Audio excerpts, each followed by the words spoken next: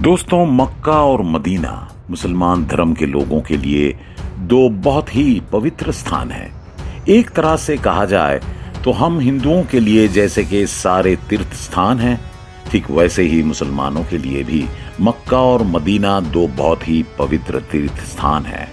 कुरान शरीफ में मुसलमानों को ये आदेश दिया गया है कि जो मुसलमान आर्थिक रूप से सक्षम है उन्हें अपने जीवन काल में कम से कम एक बार तो मक्का और मदीना जाना ही चाहिए, जिसे मुसलमान लोग हज यात्रा कहते हैं। मुसलमानों के लिए कुरान में दिए गए 5 आदेशों में से हज यात्रा करना एक बहुत ही महत्वपूर्ण आदेश है।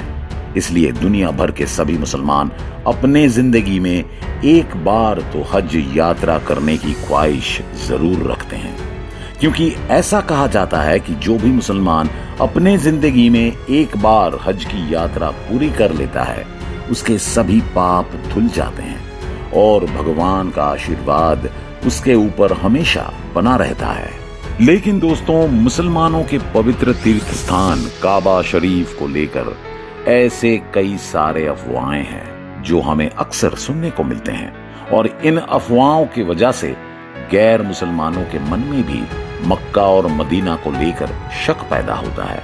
जैसे कि कुछ लोगों का ये मानना है कि मक्का के अंदर स्वयं भगवान शंकर कैद है, और जो मुसलमान हज की यात्रा करने मक्का पहुंचता है वो भगवान शंकर के शिवलिंग के ऊपर पत्थर मार के अपनी हज की यात्रा पूरी करता है।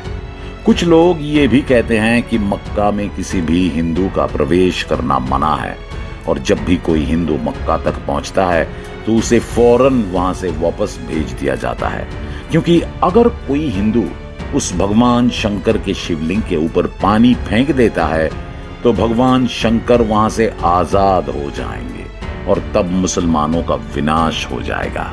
लेकिन दोस्तों, क्या ये बात सच है या फिर ये सब सिर्फ एक अफवाह है? और क्या है मक्का और मदीना का इतिहास? इन सब सवालों का जवाब ढूंढने के लिए हमारे आज के इस वीडियो को अंत तक जरूर देखते रहिए, क्योंकि हमारे आज के इस वीडियो में हम उन सभी सवालों का जवाब देने जा रहे हैं जिन सवालों का जवाब देने से ज्यादातर लोग इतराते हैं। तो चलिए शुरू करते हैं। दोस्तों, सबसे पहले तो हम जरा ये जानने की कोशिश करते हैं कि ये सिलसिला आखिर शुरू कहां से हुआ था। दोस्तों, कुरान में ऐसा कहा गया है कि एक बार हजरत इब्राहिम को अल्लाह की तरफ से ये आदेश मिला था कि उन्हें अल्लाह की खातिर अपने सबसे खास चीज की कुर्बानी देनी पड़ेगी। अल्लाह का ये आदेश सुनकर हजरत इब्राहिम सोच में पड़ गए थे। हजरत इब्राहिम उम्र में काफी बड़े थे और बहुत ही ज्यादा उम्र में उनकी एक औलाद हुई थी। अब क्योंकि बड़े मुरादों के बाद उनकी एक औलाद नसीब हुई थी, इसलिए वो अपने औलाद से सबसे ज्यादा मोहब्बत करते थे, और अपने औलाद से ज्यादा खास उनके लिए और कुछ भी नहीं था। लेकिन अल्लाह के द्वारा दिए गए इस आदेश को ठुकराना भी उनके लिए मुमकिन नहीं था। इसलिए अपने दिल पर पत्थर रखकर वो अपने औलाद को ही कुर्बान करने के लिए निकल पड़े थे। दोस्तों, रास्ते से जाते वक्त एक शैतान हजरत इब्राहिम के सामने आया, और उस शैतान ने हजरत इब्राहिम से कहा कि अरे ये तुम क्या कर रहे हो? तुम अल्लाह के द्वारा दिए गए आदेश का पालन करने के लिए खुद अपने ही औलाद की कुर्बानी देने जा रहे हो। क्या तुम अपनी औलाद को प्यार नहीं करते? शैतान के मुंह से इस बात को सुनकर हजरत इब्राहिम का दिल थोड़ा डगमगाने लगा, लेकिन फिर उन्होंने सोचा कि ये तो शैतान है, इसके बातों के ऊपर एतवार नहीं कर सकते, हमें अल्लाह के ऊपर पूरा विश्वास है। ये सोचकर हजरत इब्राहिम अपने औलाद को कुर्बान करने के लिए चले गए। इसके बाद उन्होंने अपने आंखों के ऊपर पट्टी बांध ली, क्योंकि वो अपने औलाद को मरते हुए नहीं देख सकते थे। फिर उन्होंने अपनी औलाद की बलि दे दी। लेकिन बलि देने के बाद जब उन्होंने अपनी आंखें खोली तो वो हैरान हो गए, क्योंकि उन्होंने देखा कि उनकी औलाद एकदम सही सलामत है, और उनके औलाद के जगह पर उन्होंने एक बकरे की बलि दे दी थी। फिर वो समझ गए कि अल्लाह सिर्फ एक इम्तिहान ले रहे थे, जिस इम्तिहान में हजरत इब्राहिम सफल हो गए थे। दोस्तों, इस घटना के बाद में ही इस्लाम धर्म में बकरीद त्योहार मनाया जाता है और काबा शरीफ में शिवलिंग के जैसे दिखने वाले जिस चीज के ऊपर मुसलमान लोग पत्थर मारते हैं वो कुछ और नहीं बल्कि उसी शैतान का एक प्रतीक है। दोस्तों, अब जरा आप ये सोच कर देखिए कि जिस भगवान शंकर को हम हिंदू धर्म के लोग महाकाल के रूप में पूजा करते हैं, दुनिया में किसी की क्या मजाल कि उन्हें कैद करके रखें। वो चाहे तो हमारे पूरे ब्रह्मांड में सिर्फ पलक झपकते ही प्रलय ला सकते हैं, तो हम इंसानों की क्या मजाल कि हम उन्हें पत्थर मारे।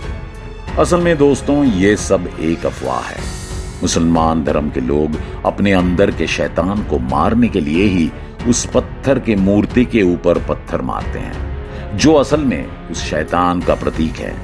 ऐसा करके मुसलमान धर्म के लोग अपने अंदर के शैतान को मारकर अल्लाह के ऊपर अपने विश्वास को और भी ज्यादा बुलंद कर लेते हैं और अपने आप से ये वादा करते हैं कि वो हमेशा अल्लाह के द्वारा दिखाए गए रास्ते पर ही चलेंगे।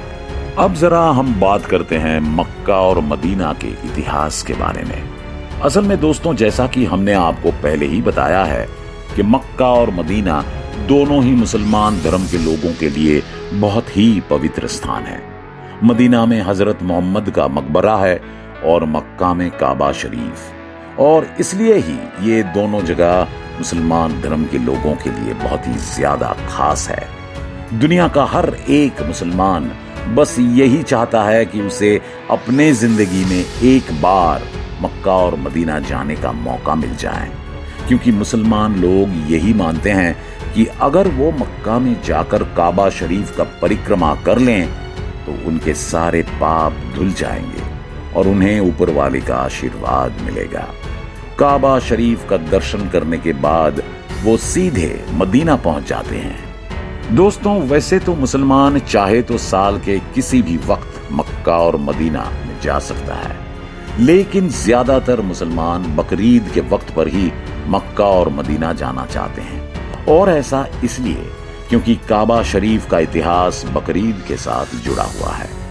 बकरीद के वक्त मक्का में जाकर जब वो उस पत्थर के शैतान के ऊपर पत्थर मारते हैं तो तब उन्हें ऐसा लगता है कि वो अपने अंदर के शैतान को ही पत्थर मार रहे हैं। ये यात्रा दुनिया भर के सभी मुसलमानों के लिए बहुत ही ज्यादा इंपॉर्टेंट होता है और सभी मुसलमान एकदम साफ दिल से हज की यात्रा करता है। दोस्तों, आप लोगों को ये बात जानकर काफी हैरानी होगी कि क्योंकि काबा शरीफ पश्चिम दिशा में स्थित है, इसलिए दुनिया के सभी मुसलमान, चाहे वो दुनिया के किसी भी कोने में क्यों ना हो, पश्चिम दिशा की तरफ ही नमाज अदा किया करते हैं। इससे उनको ऐसा लगता है कि उनका नमाज काबा शरीफ से होकर ही अल्लाह तक पहुंचता है। दोस्तों, अब बात करते हैं कि आखिर क्यों मक्का और मदीना में हिंदू धर्म के लोगों को प्रवेश करने नहीं दिया जाता है।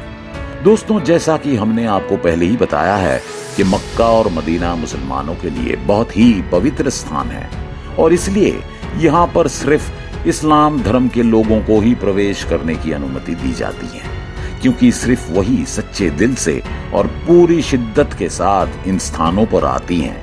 और ऐसा सिर्फ मक्का और मदीना में ही नहीं, बल्कि हमारे देश भारत में भी ऐसे कई सारे मंदिर और धर्म स्थान मौजूद हैं जहां पर हिंदू धर्म के अलावा और बाकी धर्म के लोगों को प्रवेश करने की अनुमति नहीं दी जाती है। असल में किसी भी धर्म के तीर्थ स्थान में सिर्फ उन्हीं लोगों को प्रवेश करने की अनुमति दी जाती है जो लोग उस धर्म के ऊपर सच्चे दिल से विश्वास रखते हैं। ऐसे स्थानों में गैर धर्म के लोग प्रवेश नहीं कर पाते हैं।